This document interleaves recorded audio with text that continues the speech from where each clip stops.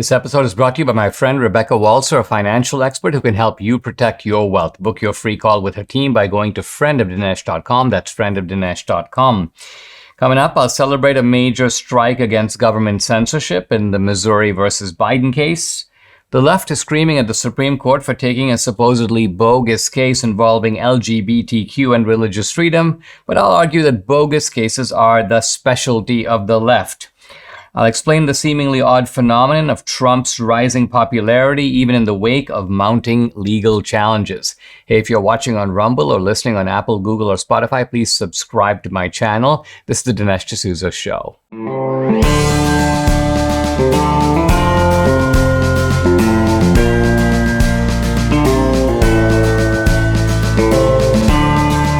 America needs this voice.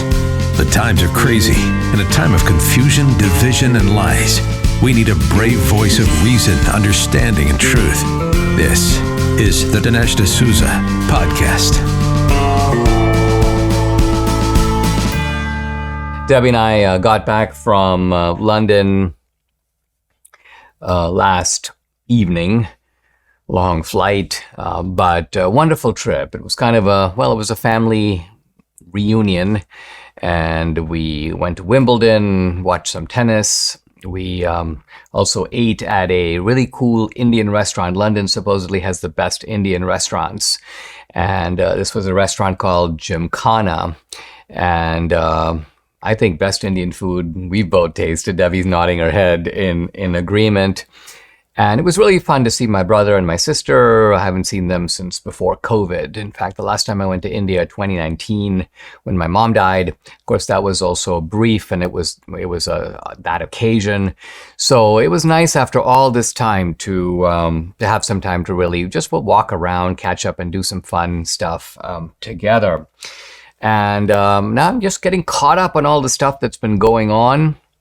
And I want to start today by talking about the important development in the Missouri versus Biden case. So to bring you up to speed, this is the case filed by the Attorneys General of Missouri and Louisiana against the Biden administration for collaborating with social media platforms to do systematic censorship, not only on COVID, but also on election fraud and a whole bunch of other issues.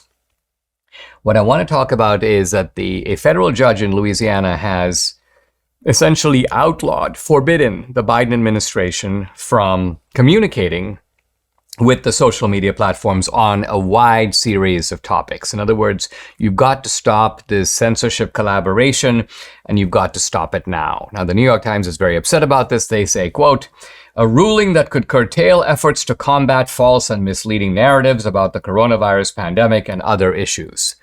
We can write this off as gobbledygook because the question is, these aren't false or misleading narratives. They're false or misleading narratives according to Biden and according to the New York Times, but that's only because they contradict the premises of the left. In many cases, what is being censored is true information. And in fact, this is even admitted when they start talking about malinformation. Malinformation is information that is true, but somehow, quote, harmful. The word mal just means bad.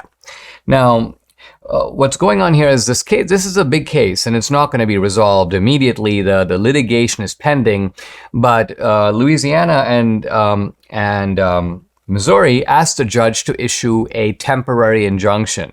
So a temporary injunction means I'm going to issue an order now based upon the likelihood that Missouri and Louisiana will win this case. The judge has to make a determination in advance or at the early stages based upon existing filings and existing discovery. I think these guys are likely to prevail, and so I'm going to give them the benefit of the doubt and stop the censorship sort of preemptively or while it's going on, and then the case can proceed. Obviously, if the outcome comes out differently, we can make a different decision at that point.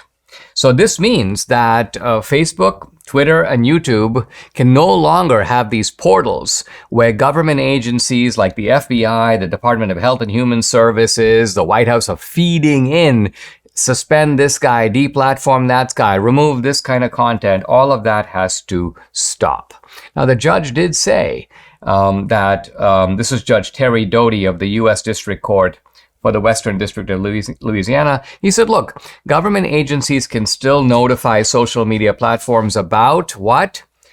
Posts detailing crimes, posts that have to do with national security threats, or foreign attempts to influence elections. So that's allowed. But the rest of it, the idea of censoring U.S. citizens, that has got to stop. And not only is the government forbidden from interacting with the social media platforms directly, it can't even use intermediaries. Let's remember that this censorship has often occurred by surrogates. And so if the government wants to do something, they don't do it directly. They go to the Election Integrity Partnership, the so-called EIP, or the Virality Project, or the Stanford Internet Observatory, and they say, listen, these are all the guys we want kicked off.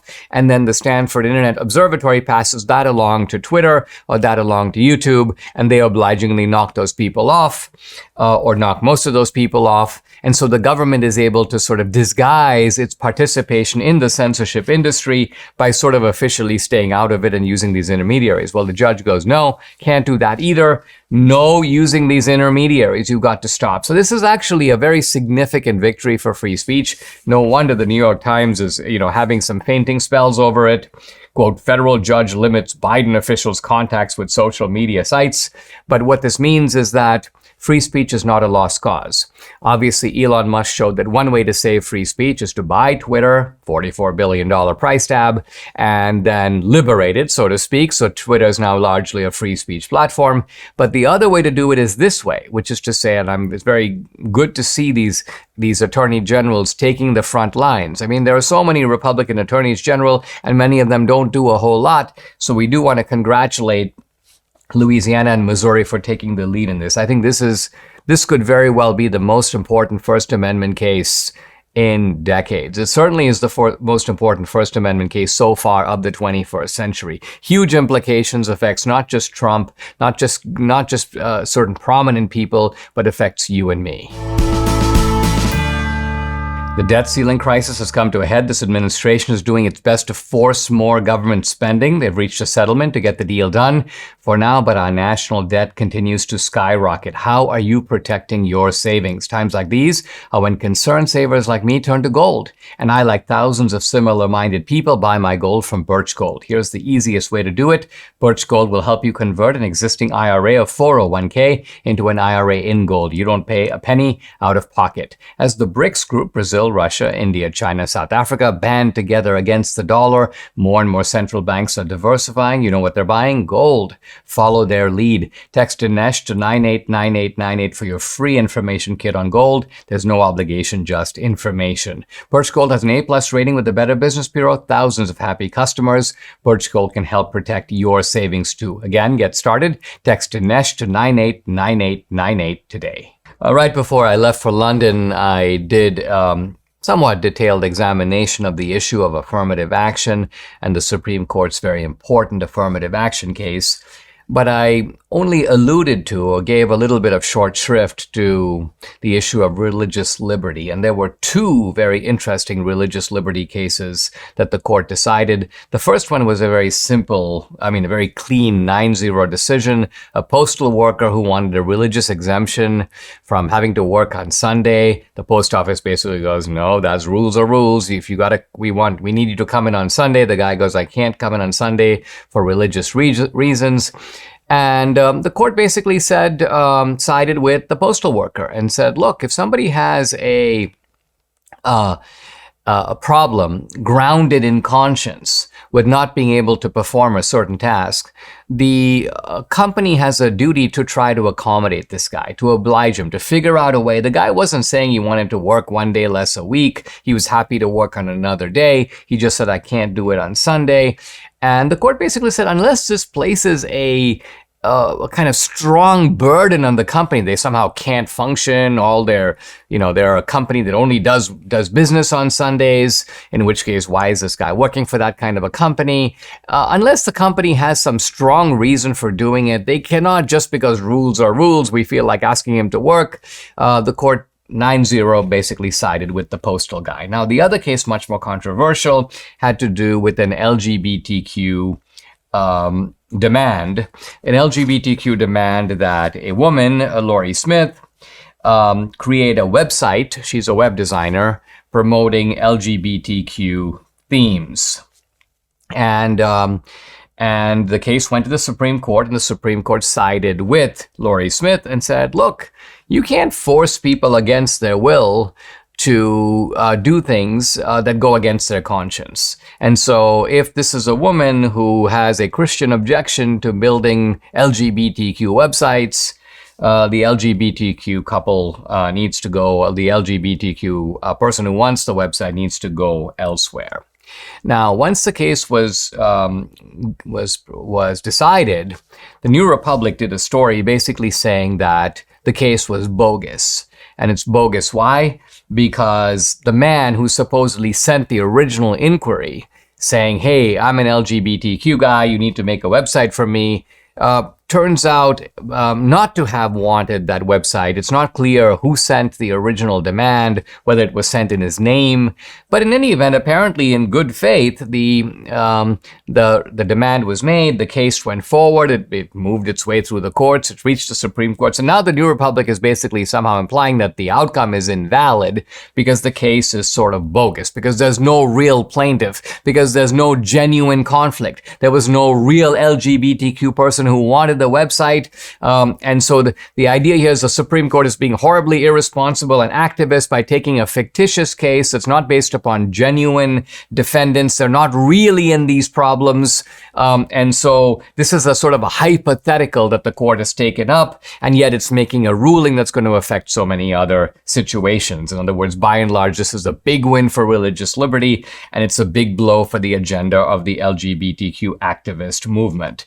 A bunch of senators, Senator Sheldon Whitehouse, faux litigation takes a new step into fakery in a Supreme Court case. And the point I want to make about all this is that while the New Republic thinks it's onto something really big, the simple truth of it is a lot of prominent cases going back really over the last 50 years, cases that you and I know by name, major cases, are also bogus in this sense. And by bogus in the sense, what I mean is consider the case of Rosa Parks. Was Rosa Parks a tired old woman who just got into the bus and then didn't want to move to the back of the bus? No, she was an activist. She worked for the NAACP. They put her up to it. She had trained for this. This was, in other words, a staged event. And so the great Rosa Parks case was propagandistically presented as a tired old woman, but that's really not what it was.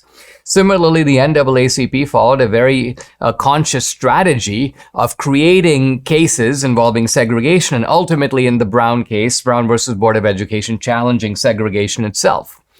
In a prominent case in the 1960s, Loving versus Virginia, that involved interracial marriage.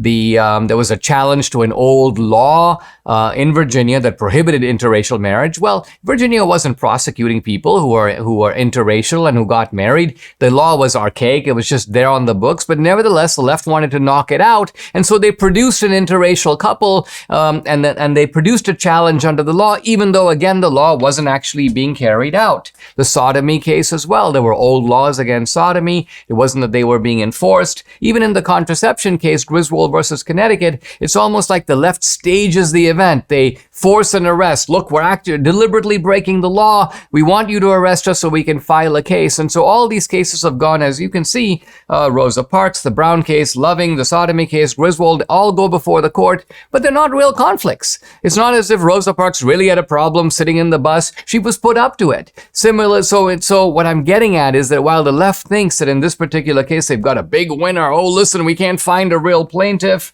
and so on, ADF's point is that it's irrelevant. The woman got a request, she made a complaint, and she basically said that, look, I don't want to be found in violation of the law because I refuse to make a website. That issue carried itself forward before the court, and the court made a ruling. So it's not a, quote, hypothetical case. It's a real case involving real principles, and the left is only angry it didn't come out their way. Mike Lindell has an amazing offer for my listeners on his Giza Elegance My Pillows. You'll get a Giza Elegance My Pillow for as low as $19.98 regular price, $69.98. This MyPillow comes in 4 levels of support. You also get deep discounts on all the MyPillow products, the MyPillow towels, the mattress topper, the robes, the slippers, and so much more. Go to MyPillow.com to get Mike's amazing offer on the Giza Elegance MyPillow for as low as $19.98, or call 800-876-0227. Use promo code Dinesh. The offer comes with a 10-year warranty, so you know it's going to last, and a 60-day money-back guarantee, so you have nothing to lose. It's time to start getting the quality sleep we not only want, but need. Go to MyPillow.com or call 800-876-0227. Use promo code Dinesh to take advantage of Mike's special offer on his Giza Elegance MyPillow. The number again, 800-876-0227. Don't forget to use the promo code DINESH Dinesh. The newest development in the Ukraine war is the decision by the Biden administration to up the ante to send cluster devices to Ukraine, which is an escalation. And all of this is being done, I think, quite recklessly. It's being done quite recklessly because escalations on one side produce escalations on the other. That is an almost predictable principle of conflict. And at some point, Vladimir Putin is going to say, listen, this is a proxy war. I'm not really fighting Ukraine. In fact, if I was fighting Ukraine, I would have won a long time ago. This is a war with NATO. This is a war with America. America is just fighting it as a proxy war. And so an escalation at some point can find us or find NATO itself or find European targets to become vulnerable because of the ramping up that is going on from the Western side. Now, how did all of this even get started? Is this a case where Putin just decided one fine day to invade Ukraine? No, I don't think there's any responsible or informed person who thinks that. But some people think that it started because Putin was on the defensive, and Putin basically has imperialistic ambitions, that Putin somehow wants to revive the old Russian Empire. Other people think that, no, this all goes back to 2014. The United States supported a coup in Kiev. The Crimea then voted to join Russia. But even that is not really the beginning of all of this. The beginning of all of this is much earlier. And there's an interesting post in medium.com which talks about the fact that all of this goes back to the end of the Cold War. In fact, it began in 1990. Now, the Soviet Union collapsed a little bit later, 1991, 1992, but Eastern Europe was already being liberated. Remember the Berlin Wall, 1989. So this is that very epical moment in Russian history when a giant empire that had been established going all the way back to the early part of the century, around the time of World War I, the Bolshevik Revolution, and that lasted about 80 years. Now, as the Soviet Union was collapsing, the major leaders of the West did go to Mikhail Gorbachev and say to him, they obviously wanted to encourage him to continue with glasnost and perestroika, to accept, if you will, the new position of the Soviet Union no longer as a world's sole superpower. But, of course, Russia had legitimate and ongoing security concerns. What's going to happen to us if we dismantle communism and if we start changing our system and if we change our relationship to the West? And by and large, the leading figures in the West said, listen, we are not going to advance NATO into areas that will threaten your security. Who said that? George H.W. Bush said that. The German Chancellor Helmut Kohl, the French President Mitterrand, and even UK's Prime Minister Margaret Thatcher. Of course, the Russians were very worried about the unification of Germany. Why? Because Western Germany and East Germany, which was previously part of the Soviet orbit, were now going to come into a single country. So East Germany was, in a sense, going to join the West. And so the West made assurances and said, in effect, and I'm quoting now U.S. Secretary of State Jim Baker, he said there will be no extension of NATO's jurisdiction or NATO forces 1 inch to the east. In other words, NATO is not going to march further east. Now, there are two possibilities. One is that this was never true, that NATO always intended to expand eastward, or what happened is that the Bush administration was voted out of power. Clinton comes in. But in any event, Clinton now begins the expansion of NATO. And I think Clinton felt, sure, why not? Let's do it. Russia is basically weak. China is poor. The United States has sort of unchallenged hegemony or domination. And so in the 1990s, you have a NATO summit in Madrid. Poland joins NATO. Hungary joins NATO. The Czech Republic joins NATO. And then 7 more countries joined NATO in 2002, and 4 more have joined since then. So point here is that Russia has been watching these developments in its neighborhood, in its own backyard, with considerable alarm. In fact, in 2008, NATO was even talking about Ukraine and Georgia becoming members of NATO. And so we are seeing a Russian reaction to all this. In order to understand Russia's position, let's remember that we in the United States have the Monroe Doctrine. Now, we don't always enforce the Monroe Doctrine, but the Monroe Doctrine has been in effect now for well over a century, in fact, a century and a half. And the idea of it, which is more important than the doctrine itself, is simply the idea that the United States doesn't tolerate other superpowers establishing themselves, establishing beachheads in our backyard. In fact, this was the basis of John F. Kennedy's concern over the Russian missiles in Cuba. So the idea of the Monroe Doctrine is stay out of our backyard. And this is really what the Russians are feeling now. They're feeling, wait a minute, what's all this stuff going on in our backyard? And Ukraine, let's remember, is in fact in Russia's backyard. In the 1990s, the Russians tried to work with the West. In fact, they embraced American politics, American economics, American culture. Many of the Russian billionaires were regular presences in the West and in America. And all of this with a diminished position of Russia. A reduced GDP, the Russian GDP had fallen over 50%. And so what's happened with Putin is that he's trying ultimately to create some version of his own Monroe Doctrine, which is to say, from a weaker position to be sure, but enough is enough, or there's a limit. And so one argument for what pushed Putin to get into Ukraine is the idea that the assurances that have been given by the West going all the way back to the end of the Cold War were not followed. And so the West did not pay attention to Russia's legitimate security concerns. Now, this is not a defense of Putin's decision to go into Ukraine, but it's trying to understand the psychology of a country, Russia, that has, by the way, been invaded many times from the outside by aggressive powers in the West. Let's think, for example, of Napoleon's invasion of Russia, Hitler's invasion of Russia. So the Russians are not wrong to think that they have been attacked from the outside by Western powers. And to this degree, their legitimate security concerns need to be taken into account.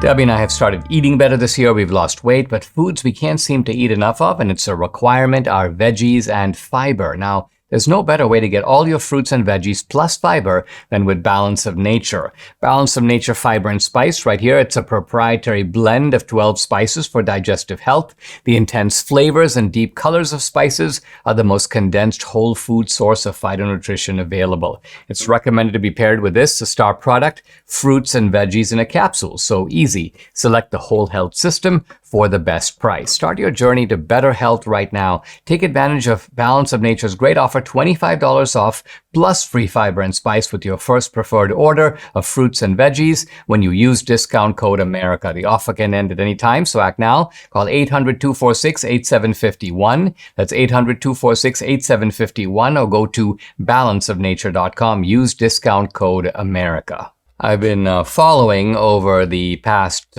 several weeks the polls that show a continuing dominance of Trump in the Republican primary landscape.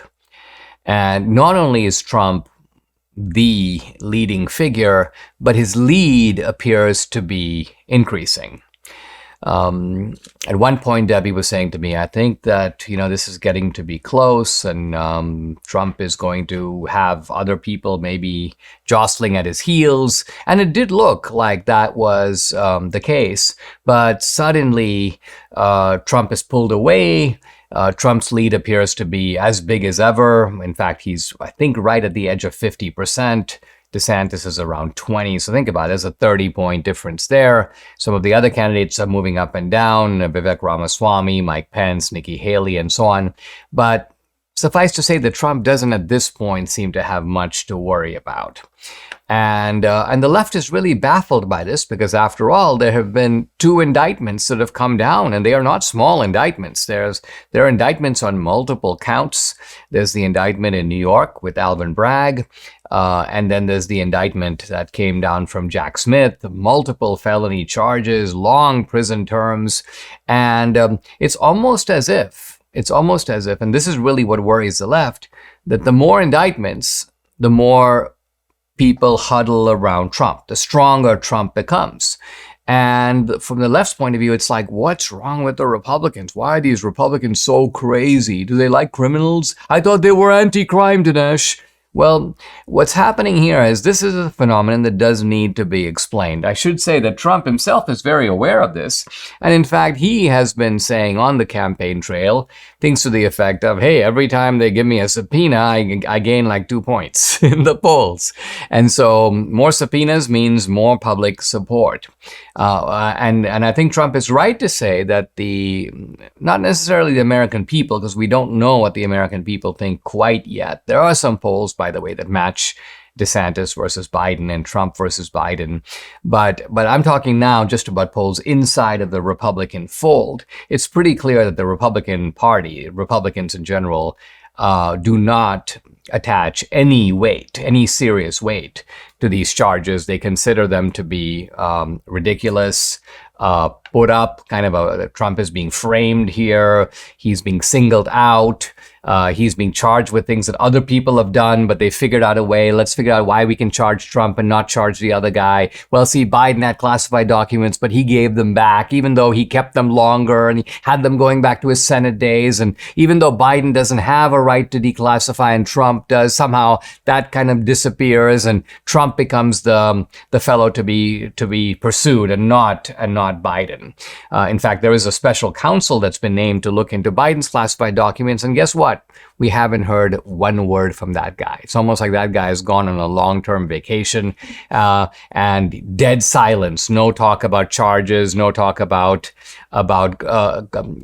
pulling together a grand jury. No talk really about anything. It's almost as if this was like, let's find a guy that we kind of know. We'll kind of do a little bit of a wink, wink. He'll pretend to investigate. We'll pretend to have commissioned him to do it, and nothing will come of it. We'll hear from him in the same way we've heard the truth about the Las Vegas mass shooter.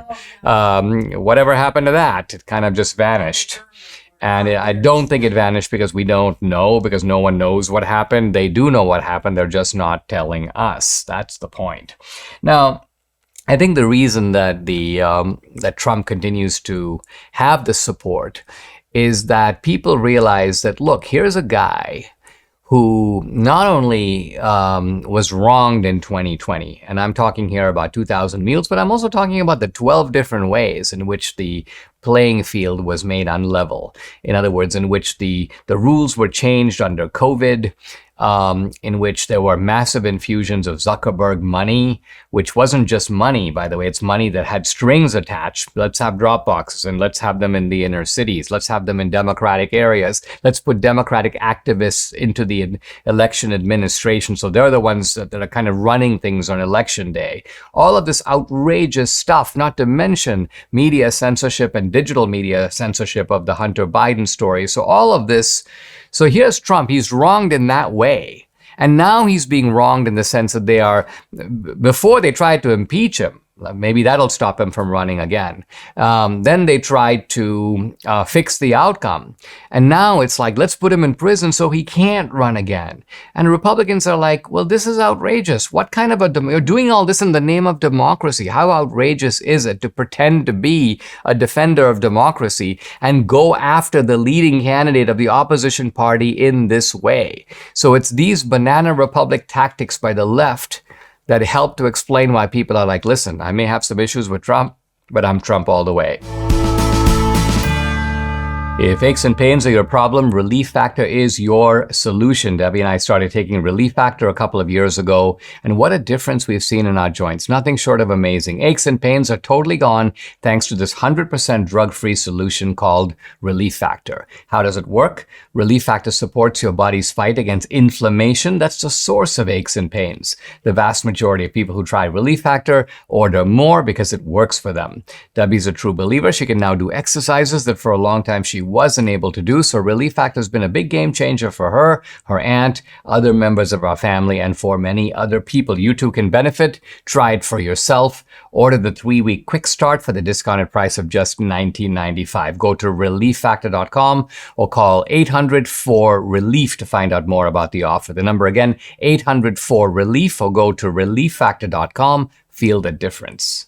As Debbie and I landed in London, we realized that we couldn't get to our hotel. Why? Because there was a massive pride parade going on. And so remarkably, we were dropped off. Like, what, honey, 100 yards or 200 yards? Yeah, Debbie was 20 minutes away. And so here are the two of us, dragging our suitcases through the streets of London because the hotel was simply inaccessible on account of Pride March. And then through the week, we just noticed that this Pride stuff is kind of everywhere. And then a week later, right before we left, there was another march, which was a trans march. This wasn't Pride generally, so it wasn't LGBTQ. It was just T, the trans part of it. And it wasn't as big as the Pride March, but there it is, down the same street. Streets are blocked and so on. And all this kind of exhibitionism going on. And so naturally, this was a subject of conversation when we were, getting our ride back to the airport. We're talking to the driver. And he's like, and I think this is a general feeling, is he's like, I don't understand any of this. What's really going on? Now, in the Pride March, we noticed, of course, there were the guys with their shirts off and the guys with, all kinds of get-ups. But there were also some people that you wouldn't expect to see. There were some elderly ladies walking down there. And Debbie's like, are they gay? Are they champions of the gay lifestyle? No. So we're asking ourselves, well, why are they there? What are they marching for? What do they see themselves as doing? And I think the answer is they see themselves as promoting goodwill, being nice, being tolerant, being accepting, allowing people to be themselves. So you have on the one hand the LGBTQ agenda itself, which is aggressive, in some ways quite dark. But then you also have this kind of benign aura or spin that is put on it, as if at the end of the day, it's not about anything all that threatening. It's no big deal. We're just letting people be themselves. Even on United Airlines, we were flying back to Texas, I saw that there was United supports Pride. Now, I looked at the meme, and the meme doesn't show gays. It doesn't show people holding hands. It doesn't show people engaging in any kind of affection. It's just some guy and in a kind of a hazy background, and then there's a sort of a pride flag in the distance. So United is obviously soft pedaling the kind of more blatant imagery that you see at the marches themselves. And then the guy driving us was saying, he was saying, listen, well, I guess we it's natural to feel this way. Our parents also felt that, things were going downhill and morals were being corrupted. But I stopped him and I said, well, our parents were right. In other words, our parents said that if you take moral standards and you start diluting them, there's no easy stopping point. And there were many people in the past who said, well, of course there is. You don't have to be on a slippery slope. If you say okay to homosexuality, that doesn't mean you're saying okay to polygamy, and it doesn't mean you're saying okay to pedophilia and bestiality and all the rest of it all. You're just making room for a group of people who are trying to live their lives. But the point I'm trying to make is that the prophecy that things would go from bad to worse, and that when you open up a Pandora's box, all kinds of evils fly out. This has turned out to be true. And then as I looked at the trans march, I was actually at a restaurant with kind of almost a close-up view of all this. You realize that these are very unhappy people. And their unhappiness is not the result of society. They make it sound like it is. Well, society won't accept us, and that's why we're... And I'm thinking to myself, society won't accept you. I mean, the White House is embracing you, and every corporation is embracing you. And here you are going down Piccadilly Street in London, and this is going on all over Europe. You couldn't be more accepted. In fact, nobody does this for any other group. So the level of acceptance is huge. The tension is not between the trans or the gay lifestyle and society. It's an internal conflict within the trans people themselves. It's a conflict, you may say, between psychology and biology. And when you see things like the trans people have the highest suicide rates, what that really means is that they are the most violent critics of themselves. Ultimately, they're the ones who are saying, my life isn't worth living, I'm going to get out of here. Well, that's a much stronger criticism than someone who just says, I don't like the trans lifestyle, or post something on social media. In a sense, through their actions, what they're saying is that this is a lifestyle that doesn't work, not even for those of us who are trying to make it work.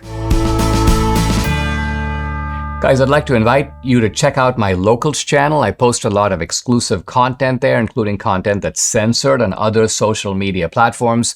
On Locals, you get Dinesh Unchained, Dinesh Uncensored. You can also interact with me directly. I do a live weekly Q&A every Tuesday, and no topic is off limits. I've also uploaded some very cool films to Locals, documentaries, feature films, both my films, and also films by other independent producers. 2000 Mules is up there. I'm doing a new film this year, a big one, and I'll be giving you the inside scoop on Locals. Hey, if you're an annual subscriber, you can stream and watch all these films for free. So check out my channel.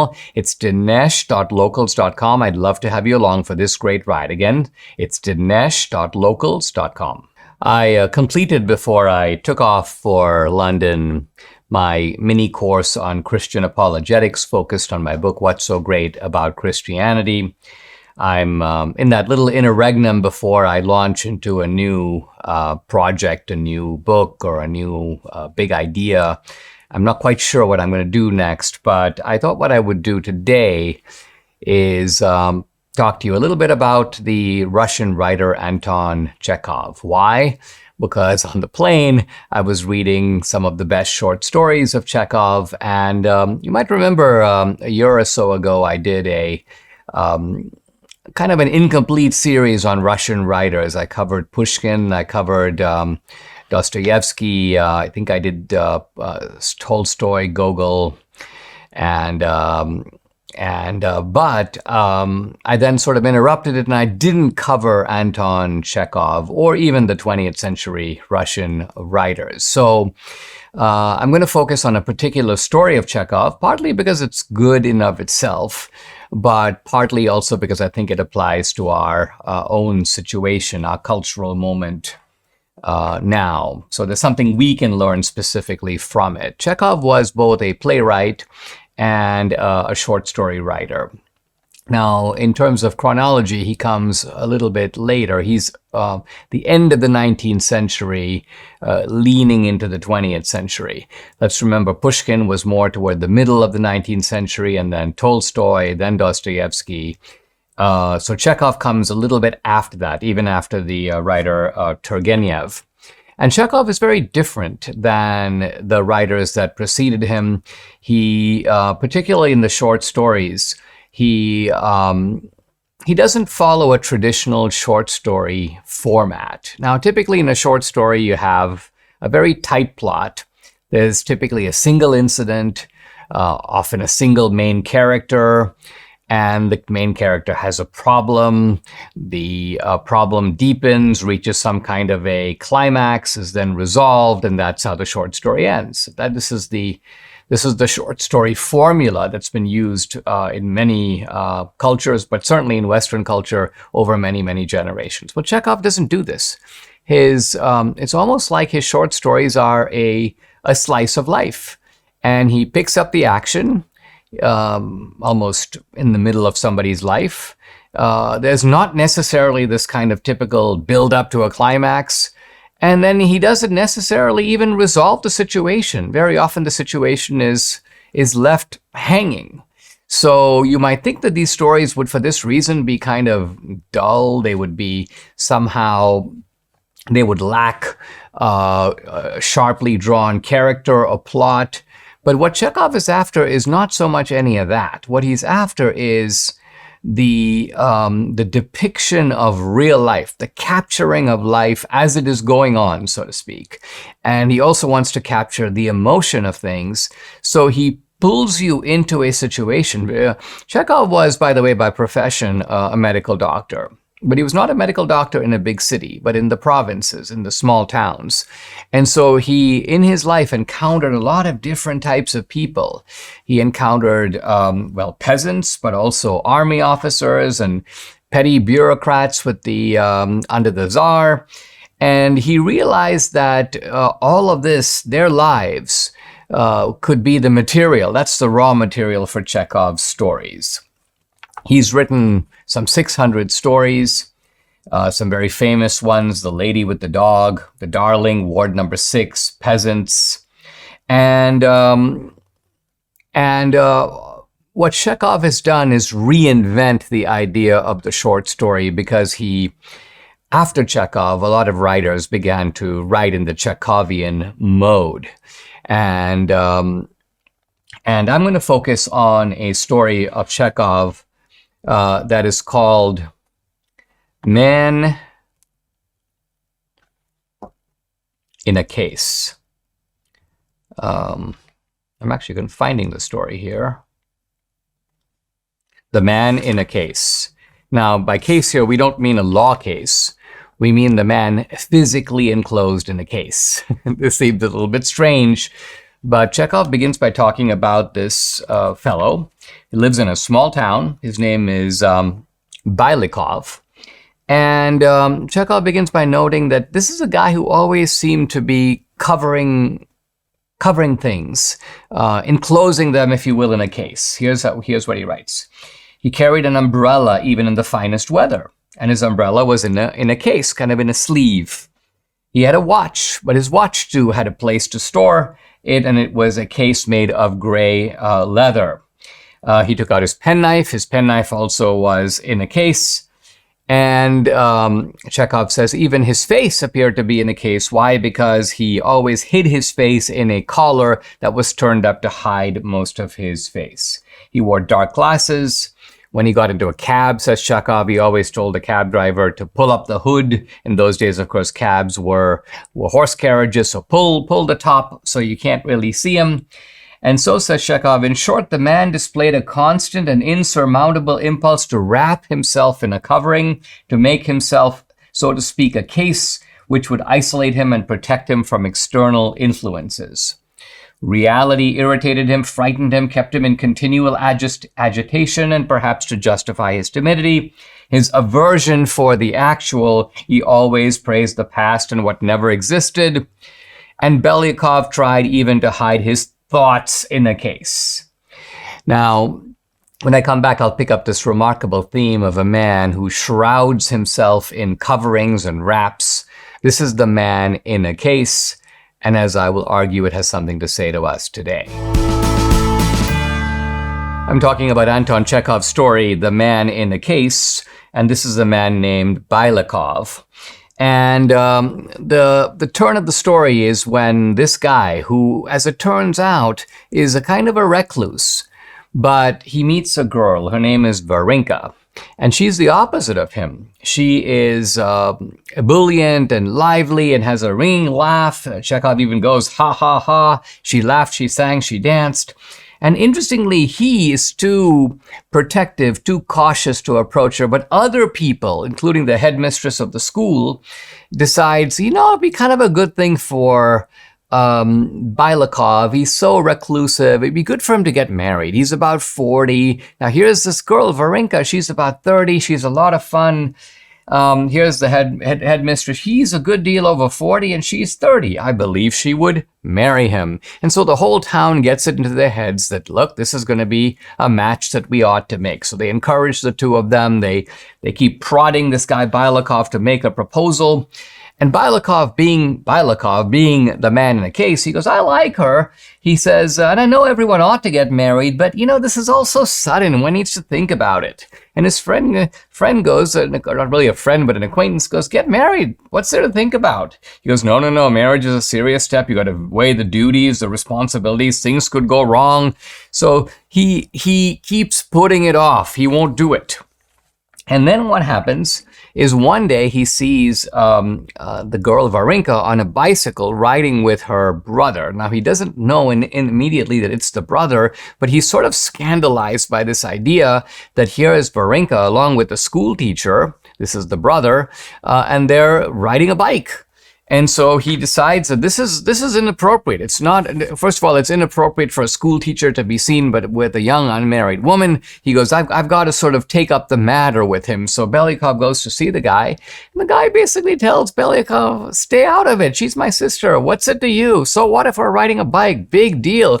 Buzz off. And Belyakov he can't really get his head around it. He's like, well, have you cleared this matter? Have you gotten it approved by the school? This is the kind of guy he is, very anal, as we say these days. And so he begins to become annoying. And so the brother just kind of pushes him, and accidentally Belyakov slips and he goes rolling down the stairs, boom, boom, boom, boom, boom, and he lands at the bottom.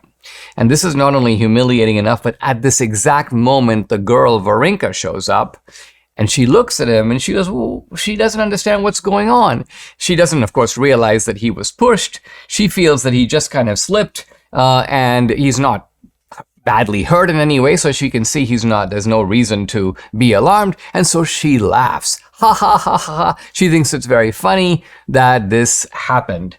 But of course, Belyakov can't take it that way. He is so insulted. He's so humiliated. He feels like he has been degraded first by the brother and now by the girl herself. He immediately abolishes all thoughts of marrying her. And in fact, his self-image is so damaged that he goes home. He refuses to come out of his house. He catches a horrible infection inside the house and he dies. And then, of course, this is very Chekovian in its sort of irony. A month later, Belyakov died. We all went to his funeral. Now, when he was lying in the coffin, his expression was mild, agreeable, even cheerful, writes Chekov, as though he were glad that he had last been put into a case which he would never leave again. So this is a man who lived all his life in a case, and now finally he is in a case, otherwise known as a coffin, and this is a case that he will never get out of. And says Chekov, yes, he had attained his ideal. So here is Chekov. You might think the story might somehow end there, but it really doesn't, because it continues with two other guys who are now commenting about Bylakov's life and sort of analyzing it. And one of them, a guy named Ivan Ivanovich, makes a very interesting observation. He says, hey, this is how it was for this poor guy. He always wanted to shield himself from reality. He couldn't get out, if you will, of his case. He couldn't see the world as it is. And then he says, quote, and isn't our living in town airless and crowded, our writing useless papers, our playing musical instruments, isn't that all sort of a case for us? And our spending our whole lives among trivial, fussy men and silly, idle women, are talking and listening to all sorts of nonsense. Isn't that a case for us too? I think what Chekov is getting at here is the human tendency, which is also true ideologically, to get yourself into a case or to get yourself into a framework, into a bubble in which you can't look at things as they are. You have to interpret things through the narrow lens or the narrow peephole, if you will, looking out of the case. And what Chekov is basically saying, and again, Chekov's stories don't have morals. It's not that there's a lesson to be learned. It's more that there are insights to be derived. And the insight I'm drawing here, and we see this so often with the left, is they can't get out of their bubble. They can't look at Trump the way that he is. It has to be through a series of slogans. And so they are, in their own way, men in a case. Men enclosed, men and women enclosed in such a way that they can't see the world as it is. And we should also remember that we ourselves need to resist the temptation to be that way. Subscribe to the Dinesh D'Souza podcast on Apple, Google, and Spotify, or watch on Rumble, YouTube, and SalemNow.com.